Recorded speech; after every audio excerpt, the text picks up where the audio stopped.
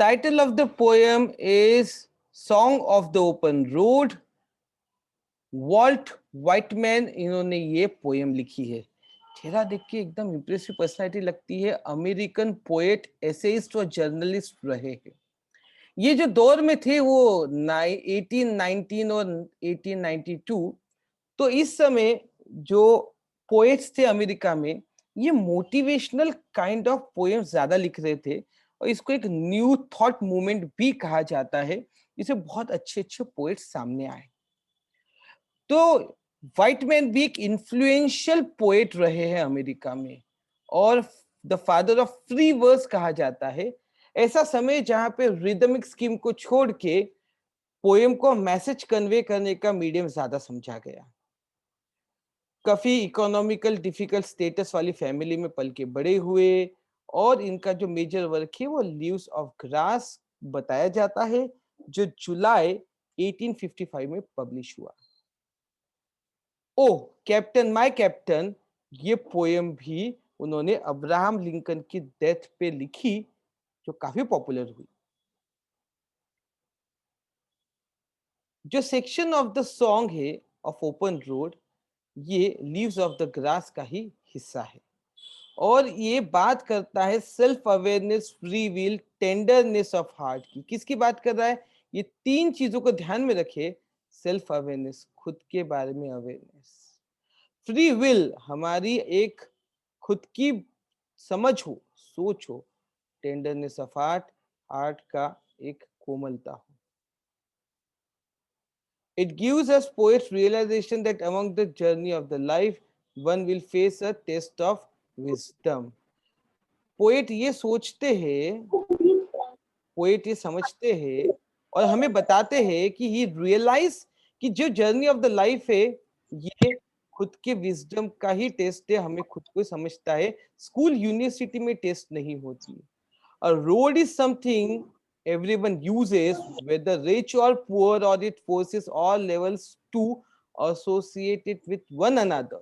एक रास्ता है, सभी लोग चूज करते हैं और यही एक दूसरे से एसोसिएट होने के लिए काम में आता है।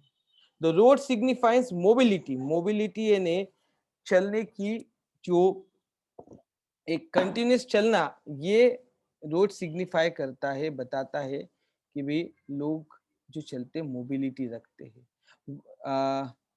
हमेशा चलते रहना, न रुकने वाली बात, इसको मोबिलिटी हम कहेंगे। One can take the road as a point to start over towards something new. Road कहीं तो भी नई शुरुआत भी ला सकता है, कुछ नई इसकी।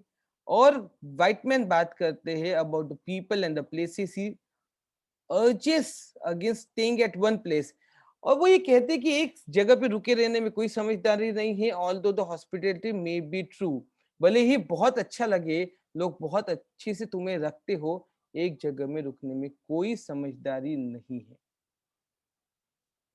पोएम बहुत इजी वर्ड्स में है और कई तब अच्छे इन्फरेंस के, इंटरप्रिटेशन के मीनिंग भी है। शुरुआत देखिए। Afoot and light hearted I take the open road, healthy free the world before me. तो शुरुआत की लाइन क्या कहती है? वो कहती है मैंने एक जर्नी की शुरुआत की। आप यहाँ पे ये भी ध्यान में रखिए, एक मोनोलॉग की तरह पोयम है। मोनोलॉग की तरह यानी जैसे खुद से ही बात कर रहे, खुद की ही बात कर रहे हैं, ऐसा पोयम में बताया गया है। A foot and light-hearted, I take the open road, healthy, free the world before me. मैंने एक नया रास्ता लिया और जब रास्ता लिया, एक नया मैंने जब रास्ता चुना चलने के लिए, ओपन रोड बोला गया, रोड नहीं बोला, ओपन रोड। ओपन यानी चलने के लिए फ्री है रोड, बिल्कुल कोई टेंशन नहीं है। और जब मैंने ओपन रोड लिया, एक नया डिसीजन लिया, एक नया रास्ता लिया, a foot and light hearted, मैं लाइट हार्टेड भी था और अफुट इसका मीनिंग गेस करो, ये कहा गया है। According to you what is the meaning One of foot after the other. One foot after the? One foot after the other. एक के बाद दूसरा कदम बढ़ाते चले जाना, पैदल चलना, यानी कदम कदम पे चलना, आगे बढ़ना। और ओपन रोड पे मैं पैदल चलना शुरू किया वो कहता है कि भी मुझे कोई टेंशन नहीं था, मुझे कोई पीछे में बर्डन नहीं था, बल्कि मैं एक बहुत ही हेल्दी और फ्री वर्ल्ड अपने सामने देखता था। अ long brown path before me leading wherever I choose. और सामने एक ब्राउन पाथ था, लंबा था, और उसमें मुझे चॉइस भी थी, जहां पे भी मुझे जाना है वहां पे मैं जा सकता हूँ। अफुट का मतलब प्रिपरेशन भी होती है, पैदल चलने की प्रिपरेशन भी अफुट को कहा जाता है कि भाई मैंने प्रिपेयर किया खुद को एक ओपन रोड पे जाने के लिए, और मैंने पाया कि एक हेल्दी और फ्री वर्ल्ड मेरे सामने है। एक लॉन्ग ब्राउन पाथ, अभी ब्राउन पाथ का महत्व बहुत जरूरी है। ब्राउन पाथ में हम ये भी समझ सकते हैं कि एक ऐसा रोड जो शायद बहुत लोगों ने चला नहीं, और जो सब यानी बहुत लोग जिस पे चले नहीं है उस पे चलने की कोशिश कर रहा है। A long brown path before me leading wherever I choose, जहां पे मैं जाना चाहूँ वहां पे वो लेके जाए। Hence I ask not for good Fortune, I my self I my self am good Fortune. वो कहते हैं कि देखो, क्योंकि एक लॉन्ग पाथ मेरे सामने खड़ा था, तो अक्सर नए रास्ते पे चलने के लिए लोग क्या कहते हैं, लोग एक गुड फॉर्च्यून की बात करते हैं। But he is so open minded, he is so ready, कि वो ये कहते हैं कि मुझे कोई गुड फॉर्च्यून की जरूरत नहीं है, मैं खुद ही एक अच्छा गुड फॉर्च्यून हूँ, मैं खुद ही खुद के लिए एक अच्छा फॉर्च्यून हूँ। Henceforth, I whimper no more, postpone no more, need nothing। इसलिए न तो मैं किसी चीज को पोस्टपोन करना चाहता हूँ, और न ही मैं कोई अपनी लो वीकनेस और फियर बताना चाहता हूँ। मैं अब बस उस पाथ पे चलना चाहता हूँ। Done with indoors complaint, libraries, क्वालियस क्रिटिसिज्म। बोले अब बहुत हो गया, अब मैं अपने अंदर की ये जो इंडोर कंप्लेंट्स यानी मेरे मन की कंप्लेंट्स, लाइब्रेरीज यानी ये जो किताबें या जो ये पहले पुराना मेरे सब मन में भरा हुआ है, जो भी सोच वो, या फिर ये जो क्रिटिसिज्म है, ऐसा क्रिटिसिज्म जो कंप्लेंट वाला क्रिटिसिज्म है, इससे मेरा मन ऊब चुका है कि अब मैं अपने ही आप को कमजोर नहीं रखना चाहता, सिद्ध नहीं करना चाहता, मैं अब आगे बढ़ना चाहता हूँ। Strong and content I travel the open road. और मैं एकदम स्ट्रॉन्ग और कंटेंट हूँ, मैं ओपन रोड यानी ओपन पाथ पे चल रहा हूँ, मुझे नहीं पता कहाँ जाऊंगा। The that is sufficient. और दैट इज सफिशिएंट का मतलब ये होता है कि ये पृथ्वी अपने आप सफिशिएंट है, मेरा मन सफिशिएंट है कि भी मैं ऐसा चल रहा हूँ ओपन रोड पे इस अर्थ पे जो सफिशिएंट है, यानी मेरे लिए एक सफिशिएंट है ये दुनिया, ये जिंदगी जहाँ जा रहा हूँ। I do not want the constellations any nearer. Constellations का मतलब होता है सितारों का समूह। हम इसको सोसाइटी के साथ भी लिंक कर सकते हैं। तो कॉन्स्टलेशन का यहाँ पे मतलब है, तो कंटेक्स्ट से फेट, डेस्टिनी या जो इन्फ्लुएंशियल पीपल है उनको मैं साथ में नहीं रखना चाहता। ये अर्थ मेरे लिए सफिशिएंट है, ये समाज मेरे लिए सफिशिएंट है, आने वाला चैलेंज सफिशिएंट है।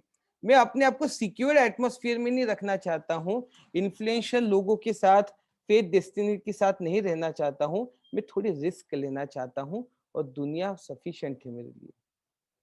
आई know they are very well where they are. ये कॉन्स्टलेशन जहां है वहां पे सफिशिएंट, वहीं पे वो ठीक है, मैं जानता हूँ। I know they suffice for those who belong to them. और जो उस कॉन्स्टलेशन के साथ जीते हैं, जीना चाहते हैं, उनके लिए भी ये सफाइस है। ठीक है, कि उनके साथ ये ठीक है, सोसाइटी अपनी जगह ठीक है, मैं इनको कोई क्रिटिसाइज नहीं करना चाहता, मैं इनके साथ अच्छी तरीके से रहना चाह नहीं, इनके साथ मेरा अच्छा समय बिताया, बट अब मैं इनके साथ नहीं रहना चाहता, और मुझे यहाँ से निकलना पड़ेगा। ये रिस्क टेकिंग कैपेसिटी की भी बात कर रही है। ओके, वो रिस्क भी लेना चाहता है कि प्रॉब्लम जो भी होगी मैं आगे जाना चाहता हूँ। कॉन्स्टलेशन को अच्छी से समझिए, पावरफुल लोगों की बात, सिक्योरिटी की बात की जा रही है कि भाई हमारे समाज में हमारे दोस्त लोग अच्छे हैं, सब अच्छा है, समाज अच्छा है, पैसा पानी है, फिर भी वो कहते पावरफुल लोगों के इन्फ्लुएंस से निकलना चाहता हूँ और आगे जाना चाहता हूँ। ठीक है, still here I carry my old delicious burden, I carry them, men and women, I carry them with me wherever I go। वो कहता है ऐसा नहीं है कि मैं इन लोगों से दूर हो रहा हूँ तो कोई मुझे तकलीफ है, और मैं उनको भुला के या निगेटिविटी के साथ हो रहा हूँ, अभी भी मेरे old delicious burden, delicious burden भी बोलता है, डिलीशियस भी बोल रहा है, एक मैंने यहाँ पे फिगर ऑफ स्पीच आपको बताई थी। तो ये बर्डन जो डिलीशियस लगते हैं, ऐसे अभी भी मेरे साथ है, क्योंकि वो वंडरफुल बर्डन है, वो रिलेशनशिप की वो यादें, वो सब पुराना सोच, ये पुराने रिलेशंस, वो डिलीशियस बर्डन को इस प्रकार से एक्सप्लेन कर रहा है। तो बोले स्टिल मैं डिलीशियस बर्डन को कैरी कर रहा हूँ, और जो भी मेन वीमेन है, जो भी मेरे रिश्तेदार है, रिलेशन से, उनको मैं अपने विचार में रख रहा हूँ, और जहां जाता हूँ वो मेरे साथ है। I swear it is impossible for me to get rid of them. यानी वो ये कहता है मैं भागना नहीं चाह रहा, बट बस मैं एक उबाऊ जिंदगी में जीना नहीं चाह रहा। वो बोलता है मैं स्वेयर, मैं कसम खाता हूँ कि मेरे इम्पॉसिबल है कि मैं उससे रीड, यानी मैं उनसे भागना नहीं चाहता, ये मैं कसम खा के बोलता हूँ कि मेरे लिए इम्पॉसिबल है उनसे छुटकारा पाना। I am fill with them.